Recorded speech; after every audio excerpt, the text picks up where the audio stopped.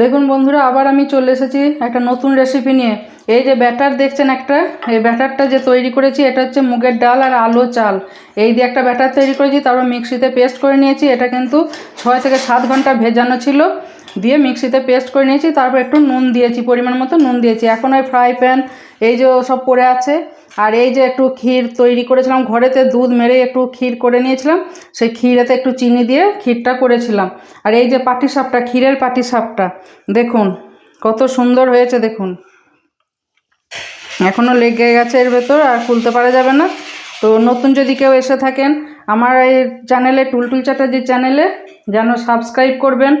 আর recipe যদি ভালো লাগে তাহলে লাইক তো দেবেন, আর যত পারবেন শেয়ার করবেন। কেমন সুন্দর হয়েছে দেখুন ক্ষীরের পাটিসাপটা। এবার খোলা যাবে। আর এই দেখুন।